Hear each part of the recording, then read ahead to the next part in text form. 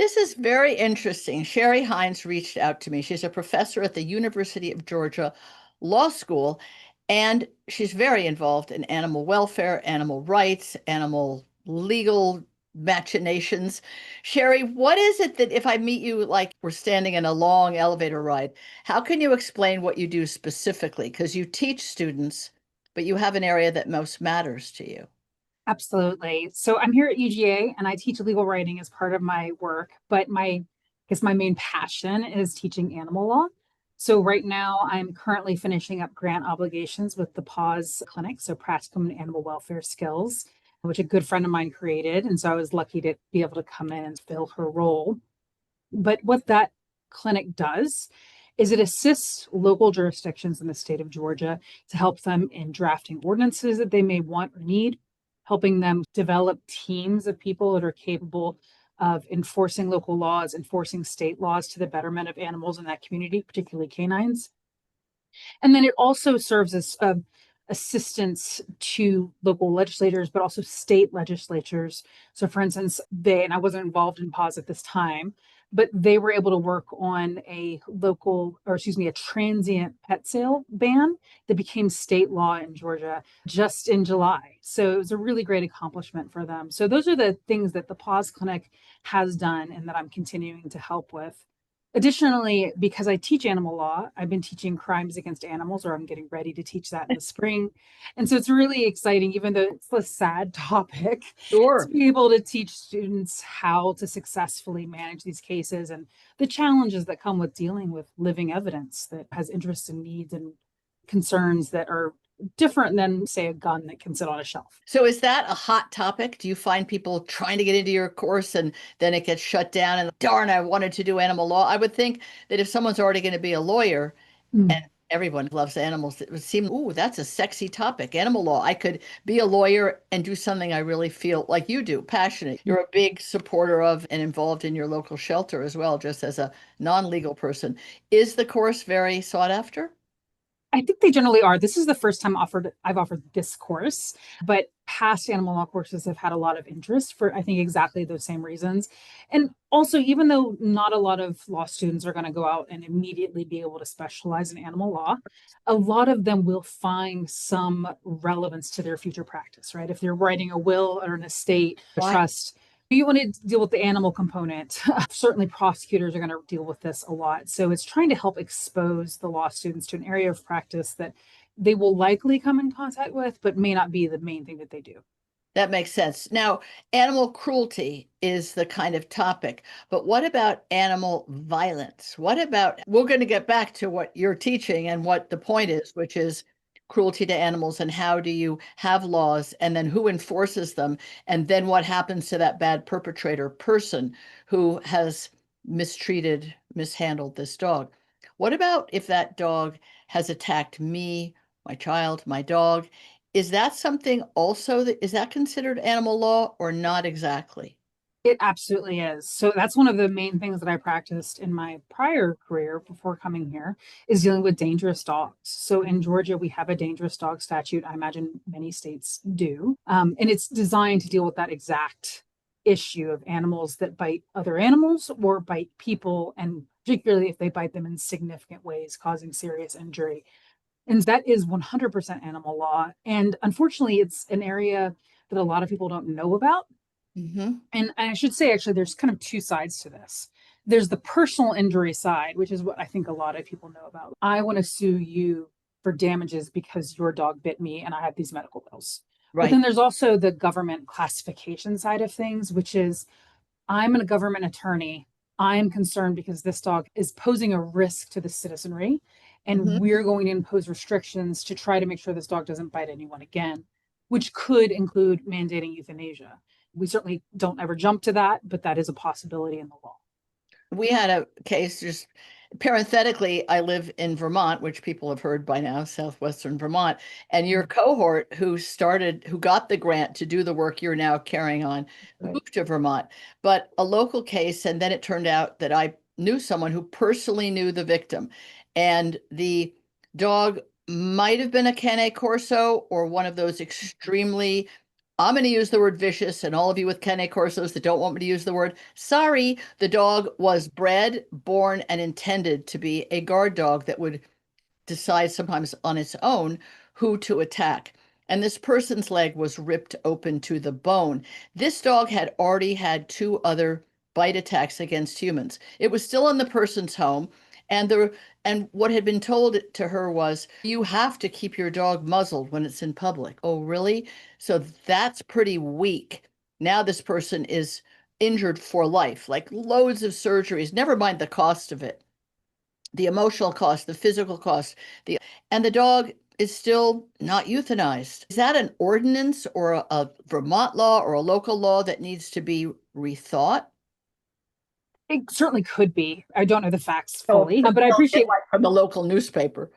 no, and that's great. And I always like to preface that because there's always more to the story, which does not mean that anything that you've implied is not true. I'm sure it is. It's Of course. just I always Like, like to yeah, well, reserve judgment. that's your story. But what I would say is, at least in Georgia, the way it would work is that when an animal does any kind of bite to a person or even sometimes to another animal, there are levels of classification. Mhm. And so that classification process is separate from the request to euthanize an animal. That's just a way to try to get a label essentially on Yes. this animal that comes with things like you said, like being required to wear a muzzle when they're off their property or things like that, or when they're outside. There's a separate statute that allows the local government to petition a probate court judge for the euthanasia of an animal that's deemed to be vicious or that has attacked people multiple times in a serious way. And so I think a question would be whether you have such a law in Vermont and why perhaps that the government hasn't pursued that if it is. It's a little challenging in these situations because these laws do usually require some actor on the side of the government to Right. take action. And if they're not familiar with it or it doesn't rise to the level of their attention, that's where that breakdown can happen. Interesting. And of course, in smaller towns, and you have loads of those in Georgia as well, the prosecutor knows the uncle of the person that owned the dog. And really, was the bite that bad? And when you talk about classification, and people who own pet dogs know this already, when you say, my dog bit me, you go to a dog trainer. The question is, did it break the skin? That's always a big issue. So a dog who clamps down on your arm and it doesn't even bruise you, I'm talking about dog training, right? Sure. Dog sending a message, whatever you've done or your child has done has upset this dog. You've missed other signals that might have been growling or other body language. Breaks the skin. Does it just puncture it or does it then shred it? It sounds horrible, but dogs who are bred to kill, and there are a number of breeds that are intended to do that, and in my opinion, should not be pet dogs, but that's just me. And I don't mean pit bulls, by the way, because they're Mhm. not bred to attack people. They were bred for a sport, a lovely human sport, where they were supposed to go after bulls in an arena and pull the bull down. So that's a whole nother conversation. It's not about everyday life. But there are Certainly. some of these gigantic guard dog breeds that Cane Presario, Cane Corso. You'll go to a dog show and you'll see one or two of them where you'll have 44 golden retrievers and 1,100 Labradors, and there'll be one Cane Corso and he got a ribbon. And it's fascinating. It looks prehistoric. But the fact is, they're fish out of water in modern life. There might be one outlier who's just a couch potato and loves to hang out, but maybe not.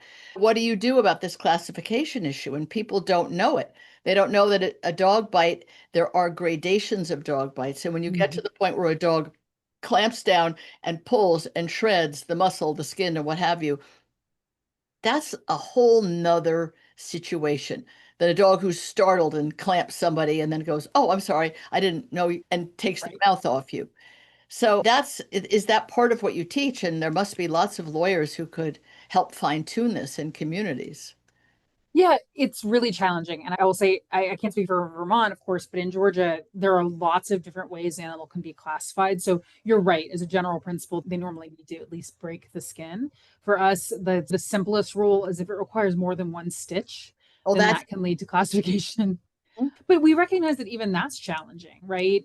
If you've been bitten by a dog before, right? Well, and you know that a lot of times modern medicine correctly says we don't stitch those wounds because they oh, need to stay right. open to drain. That's And right. so you can have some really significant injuries that probably deserve classification.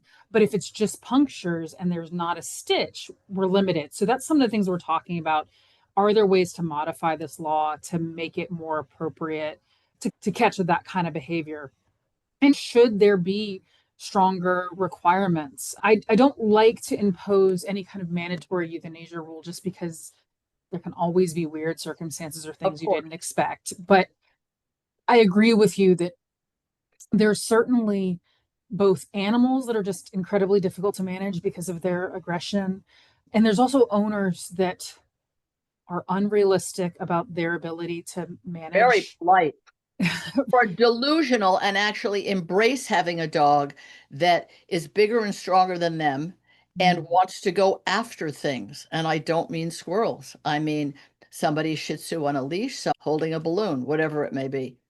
yeah, Yeah, it's a challenge. And so what we try to focus on, or what I've tried to focus on in the past, is helping governments understand how to use these tools so they can protect the public. And one thing that is helpful, to your point about the muzzle requirement, is when we get these cases, commonly neighbors or witnesses that are involved. And we try to make sure we educate both the victim and any neighbors that are involved so they know what this person is and is not allowed to do, so that when they see that dog outside without a muzzle or they see them walking it without a leash, that they can call animal services and we can address that behavior immediately. So it's not just a, oh, this is your right. classification and everything's done. It's There's some kind of like oversight. having a sex offender next sign on their door or whatever it is, and it has to be registered. It That's is right. a situation, and it isn't the dogs who are really the problem. Let's be honest. This is a Right. human problem, a human attitude, management, unneighborliness, to put it mildly, right? That's right. Absolutely. And that's why in Georgia we do require everyone to have signs if their dog has been classified, posted in their front yard. Really? And sorry, there was one. Oh, and they have to register every year for the remainder of the dog's life. So if they move, they have to tell us where they go so we can always Wow, follow you up. have good rules. It seems to work pretty well. So there's a sign in different colors, like yellow is the dog's crabby, and orange is the dog's really doesn't like other people, and red is stay away and don't open that gate. I've never thought of them being color coded, but I think they just have to say the classification. Right? There's a dangerous dog lives here, a vicious dog lives here. Wow, But yeah, it's challenging and it's understandable that these cases are so hard because they're tragic, they both are. for the human victim or the animal victim, but also, as you said, it's a human problem. We had one case where the owners absolutely knew that their dog had a horribly high prey drive and would attack other animals. The owner had walked away and had left her screen door latched, but not her physical door. And the dogs just were able to press the Right. level, the Just go right through it. A dog can go yeah, right. they opened it, but they did go through it and they ran down this woman and her dog and attacked and killed her dog in front of her. It was just a really tragic case that was fundamentally an accident. But when you have a dog that you know will absolutely run after anything to try to kill it, you have to take better precautions. In Britain, they've had a big problem. Little people, little old men, or young humans of any gender or size, walking dogs in beautiful park areas, and somebody's dog goes after the human and the dog and can kill or not kill. And it's always mesmerizing to me that people own these dogs. And there, the tragedy also that I thought you might have been willing to say, and I'm willing to say it, is tragic for the owner because they're very emotionally wrapped up in that dog. And That's whatever right. that dog represents to them, maybe they had an abusive childhood, maybe they had an abusive spouse or partner, and this dog represents somehow they're going to get back at the world or they're going to get protected by the dog. They don't understand that they really do have, you mentioned the gun, a loaded gun, no safety, and could fall off the shelf and just go off at any point. It's Yep. really complicated. It is. And unfortunately, I think it's a pretty taboo topic, but behavioral euthanasia is Mhm. a thing that has to happen in the United States, and I'm Yeah, sure across the world, when you have an yeah, animal that maybe suddenly becomes very mentally ill in the same way that people can. I don't know if it's a brain tumor, I don't know if it's some sort of correct. disorder, Yeah, but you have right. a perfectly friendly animal that at age 6 suddenly is attacking everybody, right? And there's not a lot of support for that, and there's a lot of shame, and people don't talk about it. But when you have an animal that is clearly mentally suffering, that's attacking other people, Behavioral euthanasia is the humane thing to do. It's the responsible thing to do. And trying to pawn that animal off on, say, like an unsuspecting adopter. Oh, I'm rehoming this dog. He's a little protective. That's not the appropriate thing to do, nor Right. it's not fair to your animal or the public. And the burden winds up being on municipal shelters a lot of the time Absolutely. because the private shelters and rescues, if you will, can cherry pick the dogs that they take in, that they foster, and that they adopt out. They have neither the bandwidth in terms of training or legal liability to take in a dog that someone has honestly said, this dog is really dangerous around children or other dogs. Now, you will see on a rescue site, this dog prefers to be the only animal in the household. So does that mean this dog just starts fights or is grumpy or will actually go after the other dog? But they do at least let you know that to the extent that they know it. But it becomes one of the gifts in a way that shelters do for us. And it's why a lot of shelter workers burn out. A lot of shelter vets do a lot of euthanasia. Now, euthanasia for space, which in the South Mhm. is a really terrible, sad thing. And It many of is. your extra animals, if you will, have all these great rescue groups that transport them east where we don't have that many animals Mhm. looking for a home. But when you have the behavioral issues, it becomes a safety issue. Just think of postal workers. Mhm. The number of bites to postal workers is horrifying. I think they're brave people on the front lines, tens of thousands of bites a year. I don't know. How do we protect postal workers? As it is, our postal system's under a lot of stress and pressure, and they're getting bitten. Now, if somebody else comes to the house, whether it's Amazon or a flower delivery or a friend, does that dog also act like that? You have to ask. And then does that dog need the sign? And that's also why I think it's just really important that, generally speaking, people not keep pets in front yards. You Mhm. know, that pet people keep their pets behind fences to protect the public. Because you can understand why certain dogs, particularly certain breeds, are territorial. Like they're bred in many ways to be protective. That's a natural instinct for a dog. So putting them in a situation where they're going to then be blamed or potentially euthanized because they're just acting on their normal instincts. It's really, as you said, a human problem. We're Yeah. putting dogs in this situation and then surprised when something bad happens.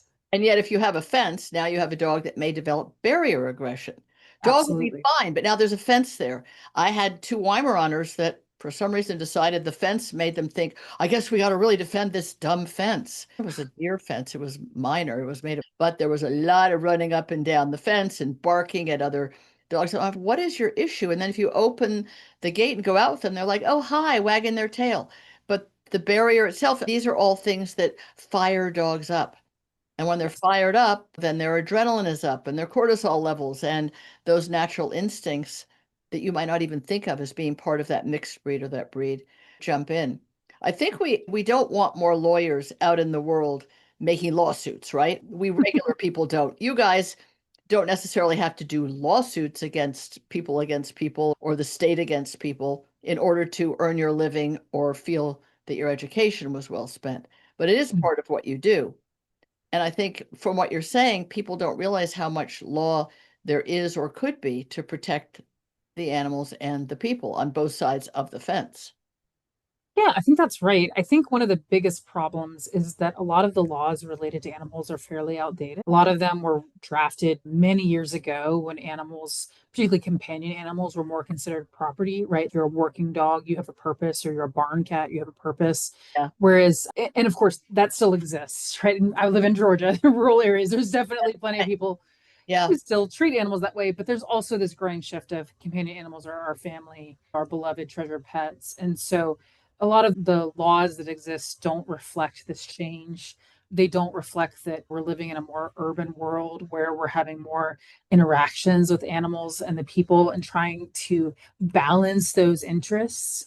Like a really classic example is if you are dealing with a rural county, a lot of people will say, why would we need a leash law? I have 10 acres of property or I have a large farm. Right. Right. My dog shouldn't have to be on a leash. Yes and no, right? Your dog running at large might cause an accident. Your dog running at large might kill your neighbor's rabbits. There's all sorts of things that where your property, by which I mean your dog, and how you're choosing to allow that property to roam impacts the lives of others. And as our populations become more dense and we're more interacting with our neighbors, the more we need ordinances that help set really clear guidelines that help us all live safely together. It's tricky, isn't it? Because everyone can nod about this and yes, of course. And then they have the dog that does that behavior. And now they're on the other side of that. And they're like, but wait, Muffy didn't really mean it, or Mhm. whatever along those lines. You said also the laws have changed about pet stores. You said that Um, recently that you've done. Yes, so it's not exactly pet stores in Georgia because there's some laws that protect true pet stores. But what we have passed just recently that the PAWS Clinic students worked on is a ban on transient pet sales. So what that was designed to do is to try to cut down on backyard breeding, which is a huge problem here in this. Leave that. And so you have people going to transient flea markets or Walmart Right. parking lots. Yes. And so Heard about prohibiting the sale of puppies and kittens and rabbits actually is a huge problem as well across the state in those kind of environments. And so there are protections if you're a legitimate breeder or you're I see. adopting an animal out for Right. free. You can get around those, but as a general rule, you're not allowed to sell pets like in a parking lot anymore, which I think is a That's great something step. that you don't see so much in more populated or more wealthy areas, but even in wealthy areas, there can be that person with a box of puppies back in Yes, their truck in the supermarket parking lot, that's and right. they've bred that mama for who knows how many times. And if they can get X hundreds of dollars for the puppies, that's money in their pocket. That's right. And it's also a consumer protection law. You imagine I show up and I have these adorable little black and white puppies, and I tell you, I don't know, that they're Frenchie puppies. Right. And Yeah. then as I get them home and they grow up and no, they're lab mixes and they're Right. 30 pounds. And even grow up and they had parvo. Exactly. That's Right. exactly right. And so that was part of the reason that this actually passed at the state level is for people to look at that consumer protection angle and say, hey, we don't want people, of course, backyard breeding, but we also don't want them misrepresenting animals, selling animals that are sick with parvo or panleukopenia for cats. And then these poor adopters or purchasers don't have any recourse because they don't have a clue who sold it to them. It was just somebody they met in the Yeah. Walmart parking lot. Yeah. And And the they thing have that, a oh, lot of good, these messages on, I guess, Facebook or other places where you can cute puppies. Oh, I was there today. You come over now. And you tell all your friends, such cute puppies. that's right. And a And lot of the thing that kills me about this too is I can't tell you the number of times people will have come up to me and said, hey, I rescued this puppy. And I'm like, oh, what did you do? And they're like, oh, I saw this guy selling them on the Beltline or at Walmart. And so I paid him like $50 so that I could take this puppy. And I'm like, yes, you are probably giving that puppy a better life, but what you just did was reinforce a backyard breeder. That's You didn't right. rescue anything. So now, because people will have this state law that they can use, they can in fact call the police and the police can come deal with that. And hopefully that will stop some of this backyard breeding behavior. And would you guess the shelter that you're part of is the Madison Oglethorpe Animal Shelter? You're on the board and you do a lot of Right. good work for them. That could make more work for a shelter because would it be that if the police took that box of puppies, they would take it to the shelter would then adopt them out with just an adoption fee, but the Mhm. breeder winds up with zippity doodah and maybe a fine or a warning or something. So is that the consequence? That is one potential consequence. And we recognize too that there are going to be people who had an oops litter who are not ill intended backyard breeders who may get caught up in this. And that's why, to be clear, we're emphasizing that law enforcement should give warnings and try to educate people about it. But yes, the ultimate goal is that sort of the product gets taken away from people who are taking advantage of the system. And then the best thing is, yes, you're right. We may end up having more puppies and kittens come into the shelter as a result. But the good news is that when they leave the shelter, they will be spayed and neutered. So at least And those microchipped and exactly. vaccinated. And maybe the transport wagon comes from the East Coast because it goes a Mhm. lot to Georgia and other states in the South and That's right. takes all those puppies to some glamorous lifestyle that Yeah, in Vermont, only no, I mean the Hamptons Connecticut. or the Upper East Side Oh, or who knows what, the hunting country of New Jersey. All those good things. Sherrie Hines, you're doing really great stuff. It's wonderful for us all to learn from you and of course for your students to learn from you. Thank you for being here. Thanks for reaching out and thanks for your good work on behalf of your shelter. You're a multi-talented, multi-purpose good doer. Thank you. thank you. Take care.